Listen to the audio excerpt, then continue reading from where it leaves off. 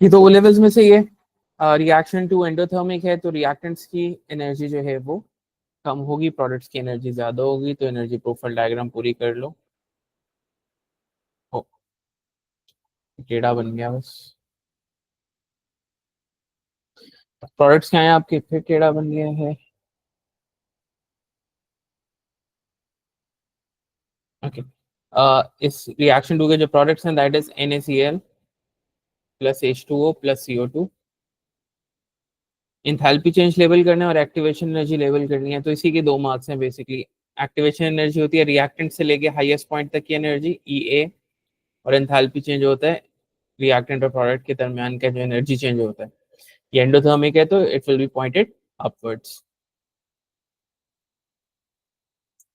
ठीक है। उसके बाद the value of delta H1 is determined by the experiment. Delta H1 क्या है? डेल्टा H1 है सोडियम कार्बोनेट और हाइड्रोक्लोरिक एसिड का रिएक्शन है।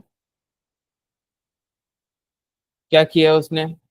इतना वॉल्यूम और इतनी कंसंट्रेशन का HCl उसने कप में डाले। इनिशियल टेम्परेचर एसिड का ये था, इतने मोल सोडियम कार्बोनेट के डाले और मिक्सचर को स्टर किया। All the solid sodium carbonate disappears and a colorless solution is produced. The maximum temperature recorded is 26.2. Describe one other observation जो कि उसकी होगी, क्योंकि अच्छा, one other observation that shows the reaction is complete. अब इसमें carbon dioxide निकल रही थी, तो जब वो निकलना बंद हो जाएगी तब भी आपको पता चल जाएगा कि रिएक्शन कंप्लीट हो गया।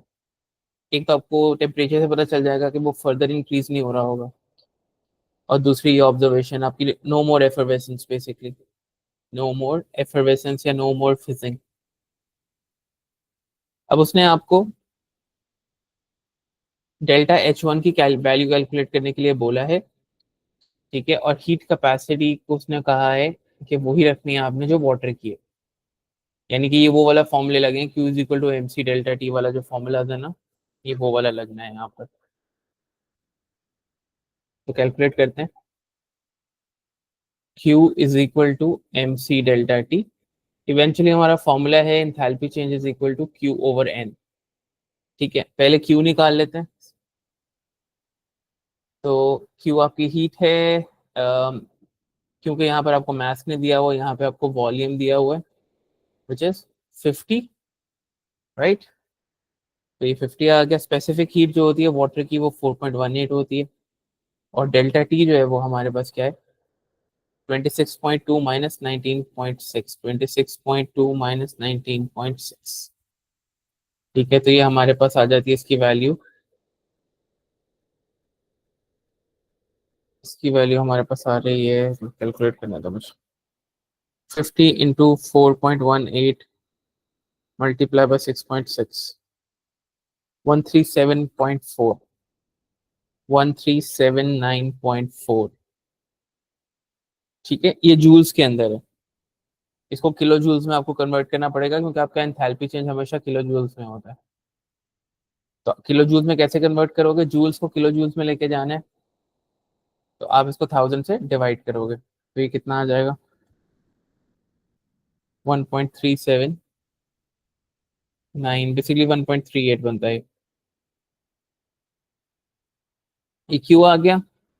अब डेल्टा एच निकालना है आपने, enthalpy change that is Q over N. ये आपने फिजिक्स में भी पढ़ा होगा शायद। सो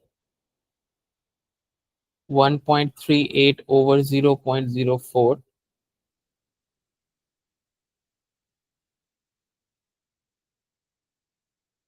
तो ये आ जाएगी मेरे पास 34.5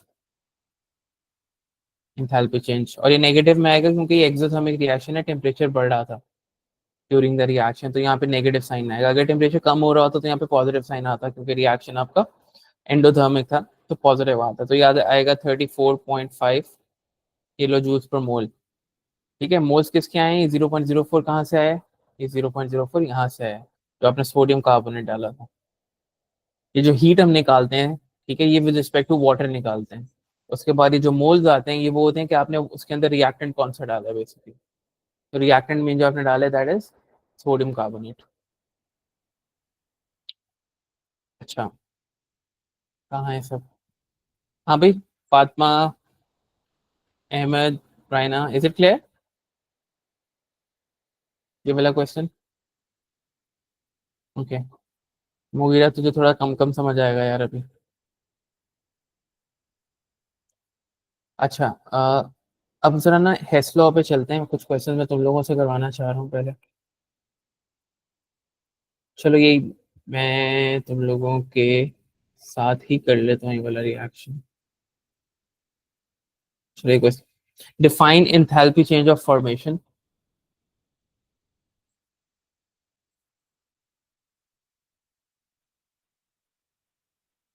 एंथैल्पी चेंज ऑफ फॉर्मेशन क्या होती है? It is the enthalpy change when one mole of a compound when one mole of a compound is formed from its elements। ठीक है, क्या होती है? It's enthalpy change when one mole of a compound is found from its elements. For example, ये iron oxide है, इसकी enthalpy change of formation इसने यहाँ लिखी हुई है, अगर इसकी इक्वेशन क्या होगी? तो डेफिनेशन को यूज करेंगे, when one mole of iron oxide is formed from its elements. Iron oxide का एक मोल बनाना है, किससे बनाना है? इसके एलिमेंट से। इसके एलिमेंट्स हैं आयरन और ऑक्सीजन। अब इनको बैलेंस कर लो, ये दो Fe और इसको थ्री ऑक्सीजन करना है, तो ये थ्री। अब राइट पे बैलेंसिंग चेंज नहीं कर सकते, क्योंकि ये इंथैल्पी जो फॉर्मेशन की डेफिनेशन में है कि आप एक मोल किसी भी कंपाउंड का बना रहे होते हो फ्रॉम इट्स एलिमेंट्स। तो यहाँ पे राइट साइड पे आप वन को चेंज नहीं कर सकते, तो आपको लेफ्ट पे बैलेंस करना है जो भी करना है। तो कार्बन मोनोऑक्साइड के लिए भी है, when one mole of carbon monoxide is formed from its elements. ये कार्बन और ऑक्सीजन से मिलकर बनी हुई है, इसको बैलेंस करना है, तो ये 1/2 होगा।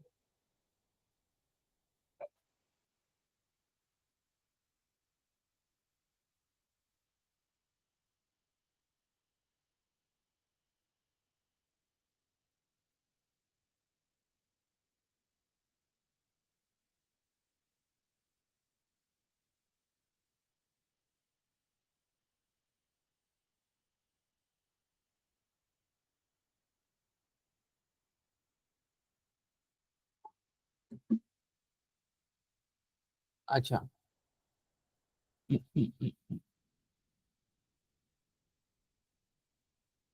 अच्छा अब ये देखो, वो कह रहे हैं कि इंथैल्पी चेंज ऑफ रिएक्शन निकालो, रिएक्शन टू की, इसकी इंथैल्पी चेंज ऑफ रिएक्शन निकालनी है हमने। तो यहाँ पे हमने यूज करना है वो जो हमने थ्री बॉक्स मेथड पढ़ा था, क्योंकि आपको सबकी फॉर्मेशन दी हुई है। तो रिएक्टेंट्स को एक बॉक्स में डाला मैंने, प्रोडक्ट्स को एक बॉक्स में डाला मैंने, ठीक है। मुझे सबकी फॉर्मेशन दी हुई है, मुझे आयरन ऑक्साइड की फॉर्मेशन दी हुई है -84 824.2, यानी कि एक मोल आयरन ऑक्साइड बनाने के लिए इतनी एनर्जी रिलीज हो रही है। तो यहाँ पे कितने मोल बन रहे हैं? दो। तो टू से मल्टीप्लाई होगा, ये टू मल्टीप्लाई बाय -824.2।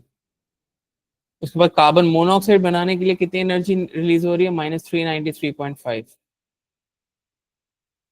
और ये मल्टीप्लाई करेंगे हम थ्री से, क्योंकि एक मोल बनाने के लिए इतनी एनर्जी रिलीज हो रही है, अगर तीन मोल बनाने हैं तो इतनी होगी। आयरन के लिए इंथैल्पी ऑफ फॉर्मेशन जीरो होगी। द रीजन इज के उसकी डेफिनेशन ये होती है कि when one mole of a compound is form from its elements. तो एलिमेंट्स की enthalpy change of formation zero होती है, क्योंकि आप उनको अब कौन से एलिमेंट से बनाओगे? वो तो ऑलरेडी अपनी एलिमेंटल फॉर्म में है ना। अब आयरन को किस एलिमेंट से बनाओगे? आयरन तो खुद एलिमेंट है, तो इसकी फॉर्मेशन हमेशा जीरो होती है। और इनका जो एरो है, जब भी फॉर्मेशन आप लेते हो, तो एरो जो है वो हमेशा, इसका एरो का जो हेड होता है वो कंपाउंड की तरफ होता है, क्योंकि one mole of something is being formed. तो फॉर्मेशन में जो कंपाउंड है, एरो का हेड हमेशा उसकी तरफ होता है। जिसकी फॉर्मेशन दी होती है, जब आप एरोज लगाओगे, जिसकी फॉर्मेशन दी होगी, एरो का हेड उसकी तरफ होगा, क्योंकि वो प्रोडक्ट में होगा, और हमेशा प्रोडक्ट की तरफ एरो का हेड होता है। कार्बन डाइऑक्साइड की फॉर्मेशन कितनी दी है? -393.5। अच्छा सॉरी, मैंने कार्बन मोनोऑक्साइड की गलत लिख दी। कार्बन मोनोऑक्साइड की दी हुई है हमें -110.5,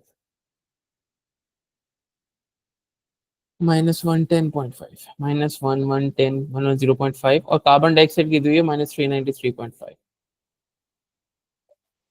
ठीक है, और हमने ये रिएक्शन निकालना है। तो हमारे पास क्या सीन होता है, हम लोग को याद होगा मैंने बताया था डायरेक्ट रूट पे जो इंथैल्पी चेंज है that is equal to indirect route, यानी कि जो सीधा रिएक्शन है that is equal to the indirect वाला रिएक्शन, ये वाला।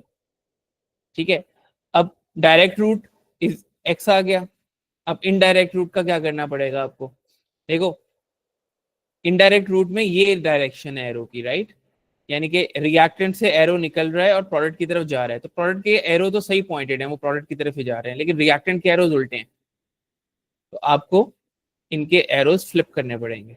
आप इनके एरोज फ्लिप करोगे, ये नेगेटिव से पॉजिटिव हो जाएगा।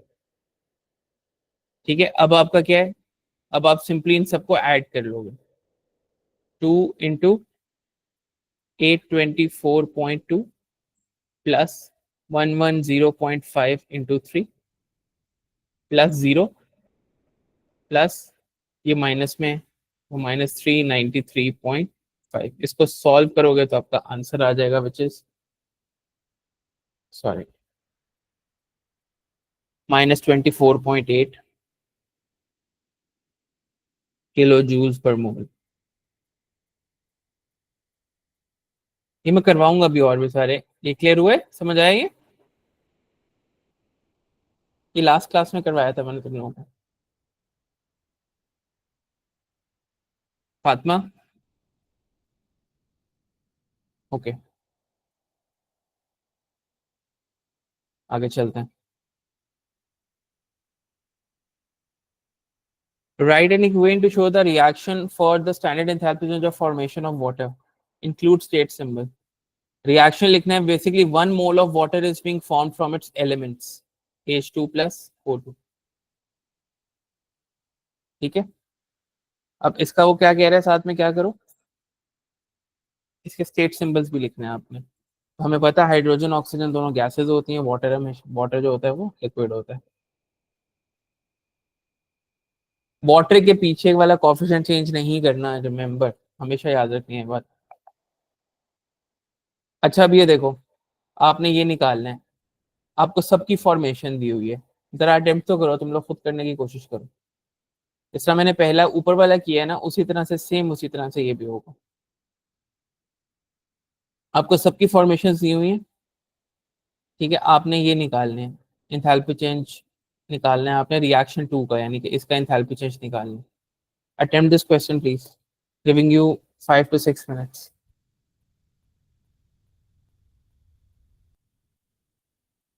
एक मिनट में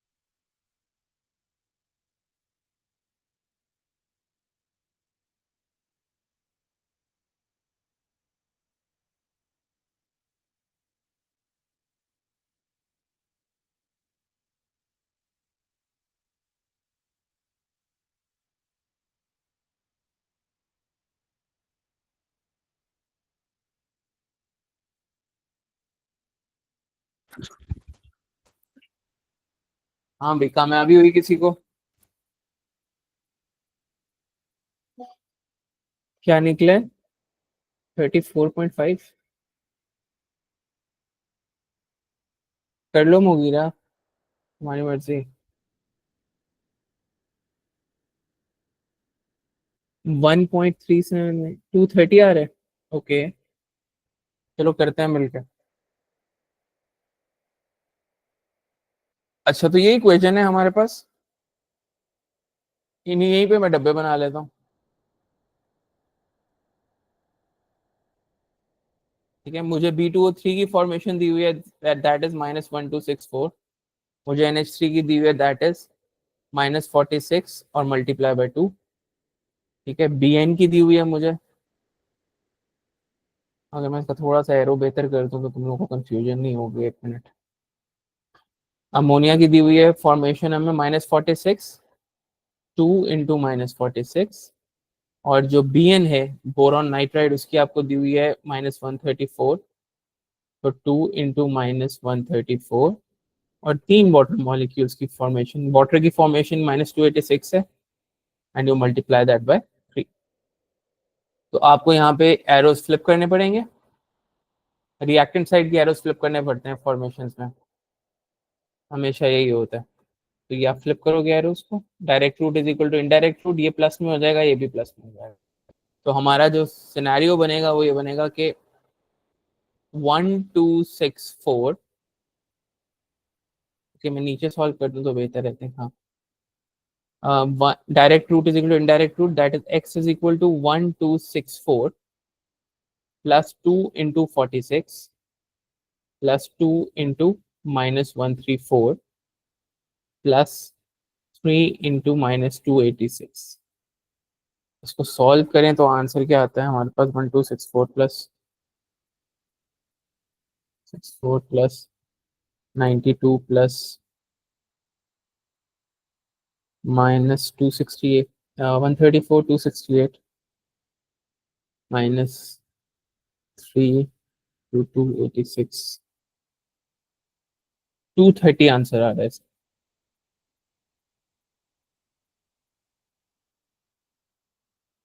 रायना का भी 230 है। फातिमा, गलती देखी कहाँ पे हुई है गलती?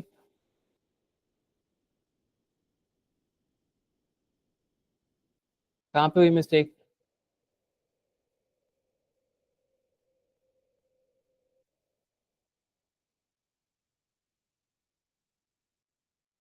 फातिमा ओके, अब समझ में आ गया। Give me a thumbs up if it's clear. Okay, चलो एक और करते हैं इसी तरह का फॉर्मेशन दी मुझे जिसमें।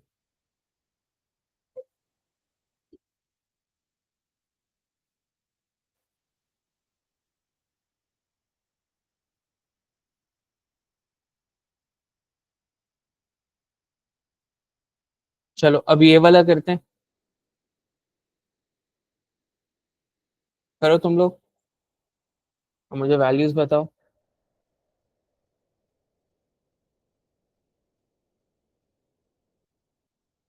डेफिनेशन भी लिखो, एंथैल्पी जो फॉर्मेशन की, when 1 mole of a compound is found from its elements.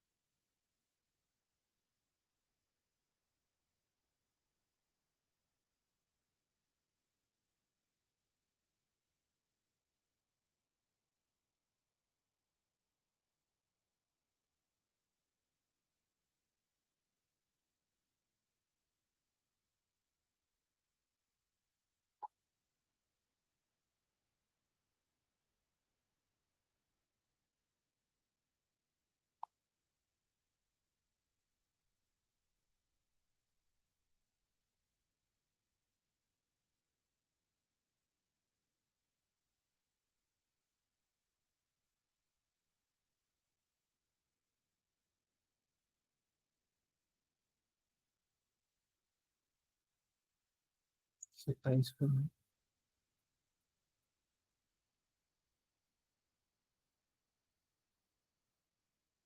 27 से 7।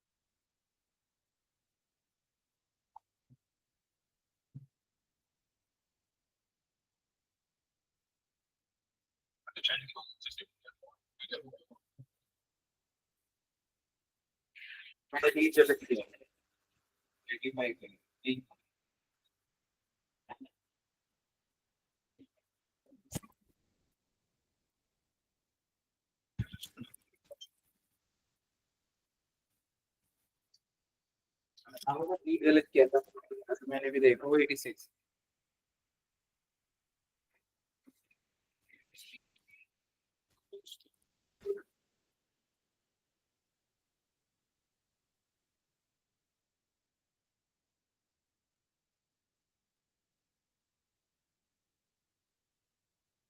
54 आ रहे चाइना का। चलो ट्राई करते हैं।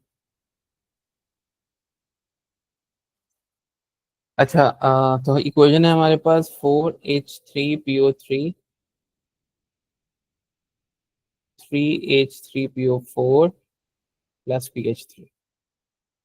तो इसका हमने इंथैल्पी चेंज निकालना है ऑफ रिएक्शन वन, ये रिएक्शन वन है। और हमें फॉर्मेशन दी हुई है सबकी, बॉक्सेस बनाते हैं। बनाने की भी जरूरत नहीं है, वैसे ही कर लिया करो, कोई मसला नहीं है। अच्छा, इसको बनाने में H3PO3 की फॉर्मेशन है -972, एक मोल बनाने में -972 एनर्जी रिलीज हो रही है। तो 4 मोल बनाने हैं तो 4 × -972 हो गए। जस्ट याद रखना है तुम लोगों ने, जिस चीज की भी फॉर्मेशन दी होती है एरो का हेड उसकी तरफ होता है, ठीक है। H3PO4 की कितनी दी हुई है -281, एक मोल के लिए -1281 है, 3 मोल्स के लिए क्या होगी 3 × -1281। और फॉस्फीन जो है दैट इज 9, की एनर्जी कितनी हुई है 9 दी हुई है। अच्छा, क्या होता है हमारे पास direct route is equal to indirect route. तो ये जो आपका रिएक्टेंट साइड वाला एरो फ्लिप होगा तो ये साइन आपका प्लस में चला जाएगा। तो x will be equal to 4 × 972 plus 3 × -1281 plus 9। तो ये कितना आ रहा है 4 × 9 2 प्लस 3 × -1281 प्लस 9। मेरे तो कोई और ही कहानी आ रही है। 4 × 972 क्या है इसका आंसर? 4, कुछ गलत किया मैंने? 4 × +972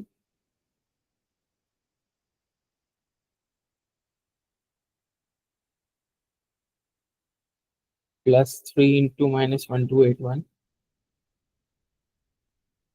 फॉस्फीन का एक ही मोल है। 4 × 972 रिएक्शन वन की हुई निकालनी। 4n + 9 + 3 × -1281 plus 4 × 972। मेरे कैलकुलेटर ने कुछ मसला किया है, दिस इज 54।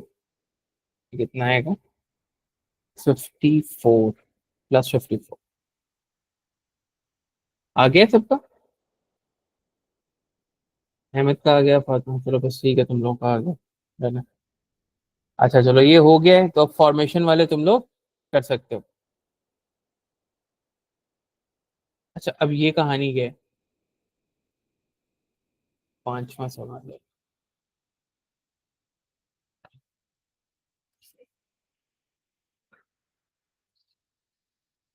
ओके, ये थोड़ा डिफरेंट है। क्योंकि आपको बॉन्ड एनर्जी निकालनी है। बॉन्ड एनर्जी का मतलब ये होता है कि आपको वो वाला निकालना है।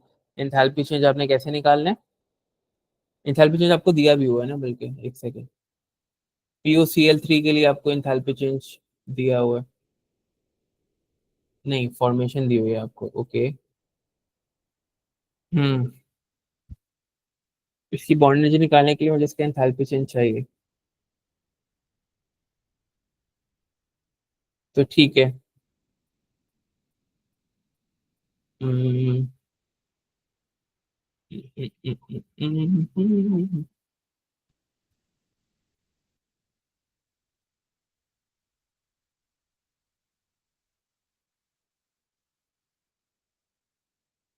अच्छा, ठीक है। ये हम ये कर सकते हैं इसके लिए कि आपने बॉन्ड एनर्जी अगर निकालनी है तो उसका फॉर्मूला होता है enthalpy change is equal to energy of bonds broken minus energy of bonds form. और आपने इस रिएक्शन को यूज करना है तो मुझे पहले इसकी एनर्जी तो पता होगी तो करूंगा ना मैं। तो पहले इसकी एनर्जी निकालो। आपको PCl3 और POCl3 दोनों की फॉर्मेशन दी हुई है आपको। PCl3 की कितनी है? -289। और POCl3 की कितनी है? ये मल्टीप्लाई बाय 2 होगी। और POCl3 की 592, ये भी मल्टीप्लाई बाय 2 होगी, -592। तो ये वाला एरो फ्लिप होगा और ऑक्सीजन की वैसे ही जीरो होती है। तो ये मेरे पास आएगी, ये प्लस में हो जाएगी, 289 × 2। एंथैल्पी चेंज आएगी मेरे पास, और 289 × 2 प्लस 2 × -592। तो ये मेरे पास आ जाएगी -61606 किलो जूल्स पर मोल। ठीक है। अच्छा, ये आ गया मेरे पास energy of bonds broken minus bonds formed. Enthalpy change is equal to, अब बॉन्ड्स ब्रोकन क्या है मेरे पास? ये -606 इज इक्वल टू, मेरे पास बॉन्ड्स ब्रोकन कौन से हैं? अच्छा, मेरे पास PCl3 है, राइट। तो 3 PCl बॉन्ड्स हैं और 2 PCl3 हैं, तो 6 PCl बॉन्ड्स हैं बेसिकली, राइट। टोटल मिला के बस कितने हैं? 6 PCl बॉन्ड्स हैं। तो 6 PCl बॉन्ड्स है मेरे पास। मेरे पास एक ऑक्सीजन, डबल बॉन्ड ऑक्सीजन है। बॉन्ड्स ब्रोकन माइनस, और बॉन्ड्स फॉर्म कौन से हो रहे हैं? उसने आपको यहाँ पे बता दिया कि ऑक्सीजन के साथ ये डबल बॉन्डेड है। तो POCl3 की अगर मैं बात करूं, ऑक्सीजन के साथ ये डबल बॉन्डेड है, तो बाकी Cl के साथ ये सिंगल बॉन्डेड है। तो इसके एक मॉलिक्यूल में 3 PCl बॉन्ड है, ठीक है। और दो में 6 PCl बॉन्ड है, तो 6 PCl बॉन्ड यहाँ पे टूटने, ठीक है। तो ये बॉन्ड, ये तो यहीं पे कट जाएंगे। और फिर 2 P डबल बॉन्ड हुए, ठीक है। अब जरा वैल्यूज तो प्लग इन करें हम। देखो, PCl बॉन्ड यहीं पे कट जाएंगे क्योंकि दोनों तरफ बराबर है, वैसे ही कट जाएंगे। आपको वैल्यूज भी लिखने की जरूरत नहीं। O डबल बॉन्ड O, ये देखो, इसका बॉन्ड जो टूटा है उसकी एनर्जी उसने दी हुई है, ये ऑक्सीजन से ऑक्सीजन एटम में कन्वर्ट हुआ है, ये उसने दी हुई है। ये आएगा 496 -2 × P डबल बॉन्ड O। तो वहां जाके प्लस करो इसको,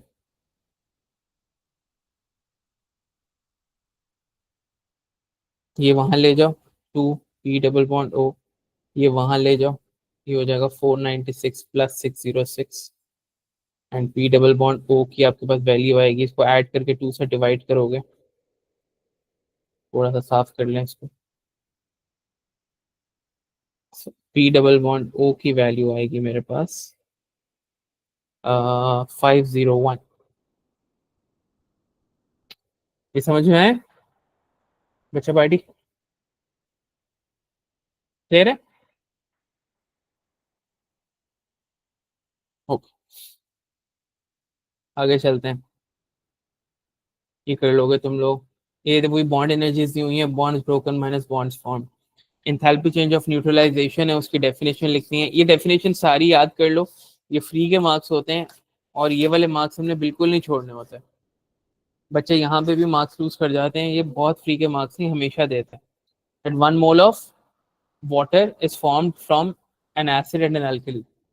enthalpy change when 1 mole of water is formed, enthalpy change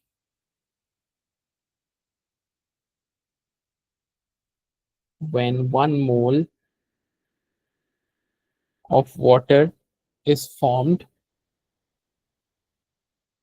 from aqueous acid and alkali.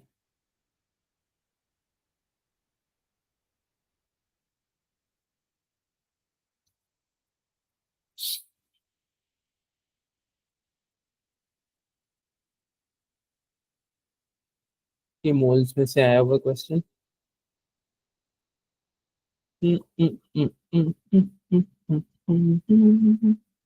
क्या कह रहे हैं? 100 centimeter cube of 1 mole per dm cube is added to this much of H2SO4 in a polystyrene cup and stirred. अच्छा जी, total volume हो गया 175, 100 और ये 75। Concentration दोनों की सेम। तो HCl कितना न्यूट्रलाइज हुआ है वो पूछ रहा है। अमाउंट पूछ रहा है ना, तो बेसिकली अमाउंट पूछ रहा है। तो मोल निकालना है आपने, तो कंसंट्रेशन मल्टीप्लाई बाय वॉल्यूम करोगे तो ये निकल आएगा। ये आ जाएगा concentration multiply by volume 75 over acid.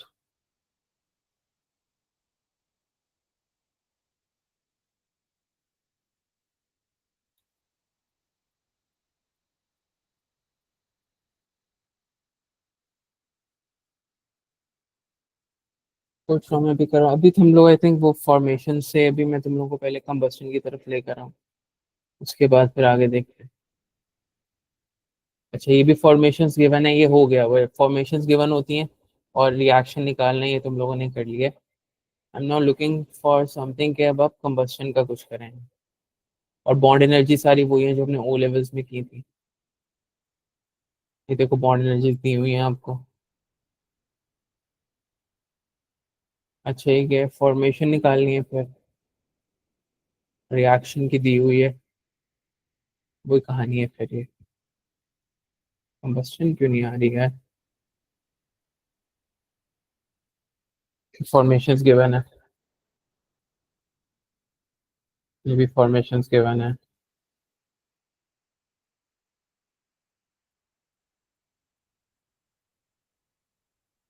ये भी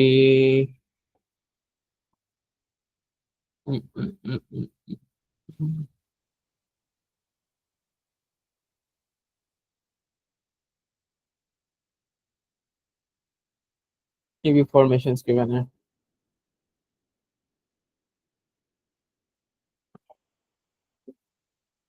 क्या हो गया? हेस्लॉ का सेपरेट टॉपिक भी होगा।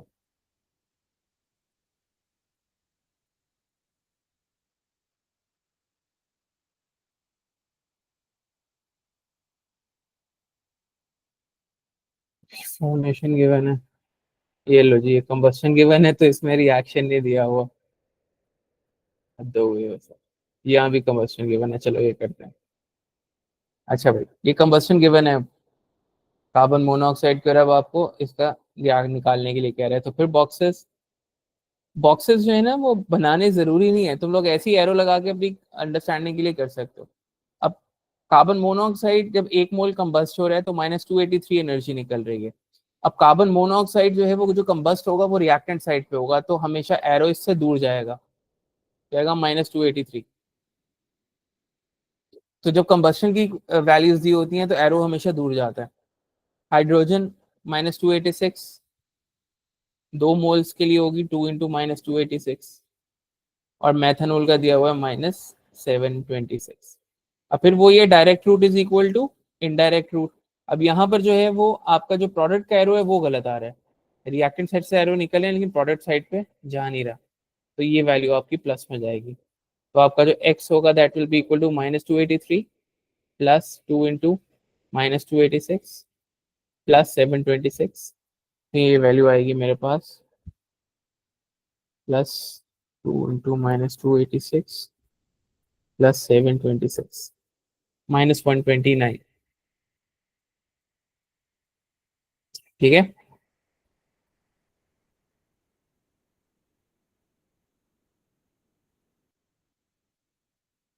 अच्छा, अब I want you guys to attempt this one, try to attempt it, like take 10 minutes, but कोशिश करो इसको करने की कि कैसे करोगे तुम लोग।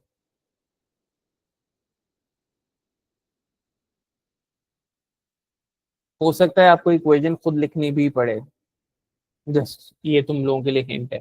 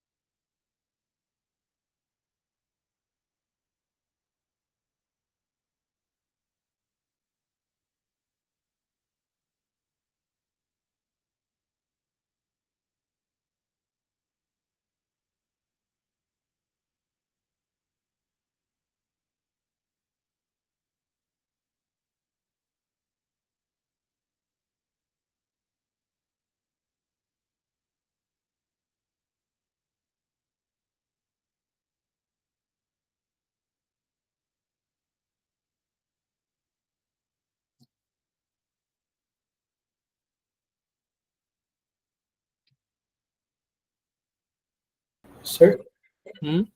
I have to leave. Can I go? Why, class तो 4:30 तक थी ना। Sir, I told you yesterday on message. अच्छा, हाँ हाँ हाँ, ओके, ठीक है, all Thank you, sir. Right.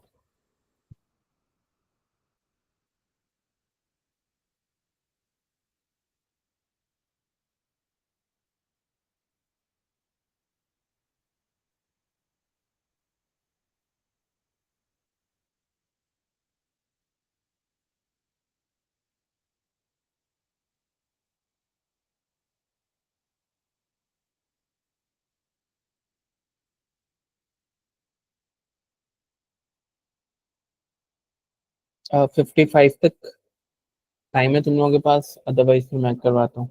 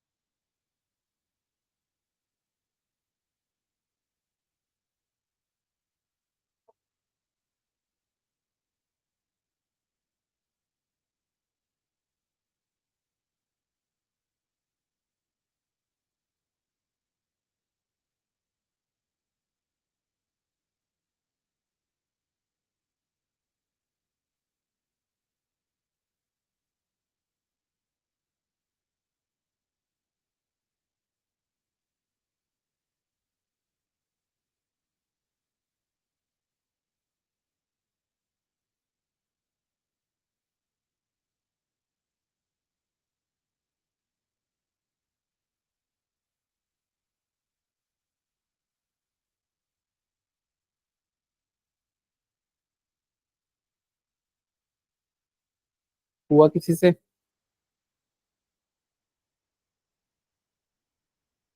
थोड़ा सा फिगर आउट करना पड़ेगा तुम लोगों को, लेकिन ये हो सकता है।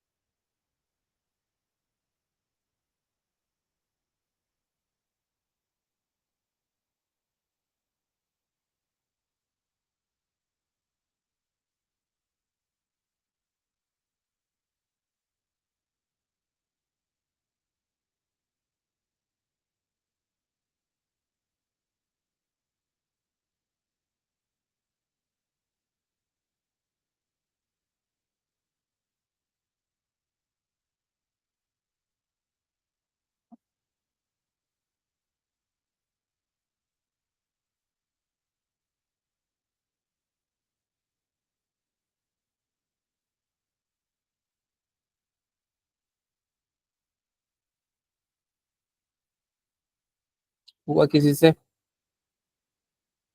119। चेक करता हूँ। 5। Yup, 119 is correct. पहुंच गया। रायना पहुंच गई हो तुम। चलो मैं करवा भी देता हूँ। आपने एंथैल्पी चेंज ऑफ फॉर्मेशन निकालनी है CS2 की। अब CS2 की कोई इक्वेशन नहीं दी तो आपको इमीडिएटली होता है कि यार पहले आप इसकी इक्वेशन तो लिखो। 1 mole of CS2 is form from its elements. ये आपने लिख दी। अब मसला ये है कि ना आपके पास कार्बन की कंबस्शन की वो है, ना आपके पास सल्फर की कंबस्शन की। ये दोनों है ही नहीं आपके पास इन इक्वेशन। ठीक है, आपको कोई वैल्यूज ही नहीं दी हुई इसकी, आपको फॉर्मेशन दी हुई है कार्बन डाइऑक्साइड की, SO2 की। इसका मतलब ये है कि आपको कोई ऐसा रिएक्शन लिखना है जिसमें कार्बन डाइऑक्साइड और SO2 दोनों आ रहे हैं। तो यार सीधी सी बात ये है कि अगर मैं इसको कंबस्ट करूंगा तो कि कार्बन डाइऑक्साइड में कन्वर्ट हो जाएगा या सल्फर डाइऑक्साइड में कन्वर्ट हो जाएगा? ये बैलेंस हो जाएगा। अब CS2 की फॉर्मेशन हमें नहीं पता तो ये X हो जाएगी। इसकी फॉर्मेशन वैसे ही 0 है। CO2 की फॉर्मेशन जो है वो दी हुई है -395। और SO2 की फॉर्मेशन, इसको बैलेंस करना पड़ेगा। रुक एक मिनट, ये बैलेंस नहीं किया है मैंने सही से। कार्बन बैलेंस है, सल्फर बैलेंस नहीं है। ऑक्सीजन 6 हो गए, ये 3 होंगे। बस हो गया बैलेंस। तो SO2 की जो फॉर्मेशन दी हुई है वो दी हुई है 2 इंटू -298। तो direct route is equal to indirect route, ये आपका फ्लिप हो जाएगा। तो ये -x is equal to -395 plus 2 into -298। तो ये आपके पास वैल्यू आती है, बेसिकली आती है -119। तो ये एक्स, एक साइन कैंसिल हो गया होगा 1।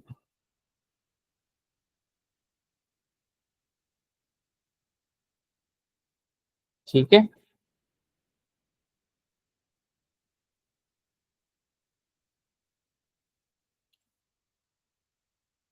फातिमा, मारिया, समझ आया?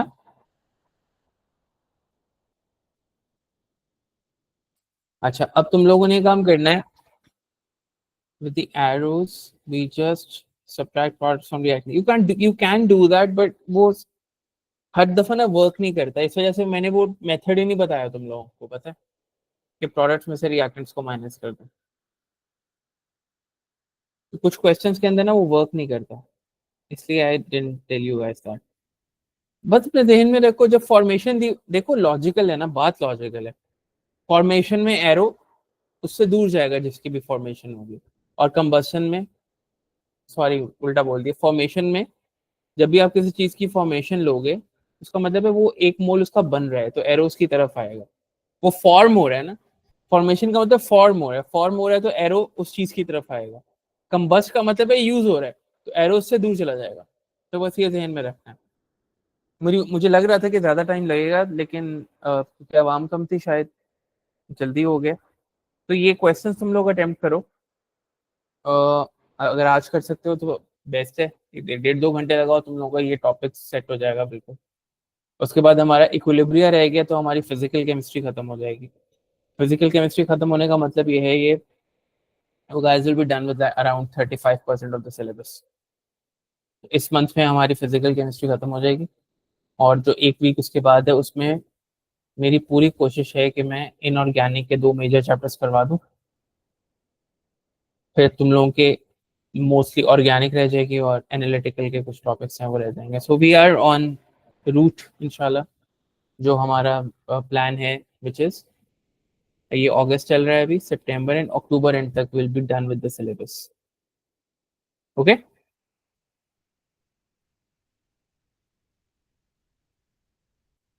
ऑलराइट. और पेपर 1 जो है इट्स बेटर कि वो हम लोग करें once we have done with like most of the topics. मैंने अभी पेपर 1 छेड़े नहीं है ताकि तुम लोग पेपर 2 पे ग्रिप कर लो पहले. ठीक है चलो ओके देन, अल्लाह हाफिज.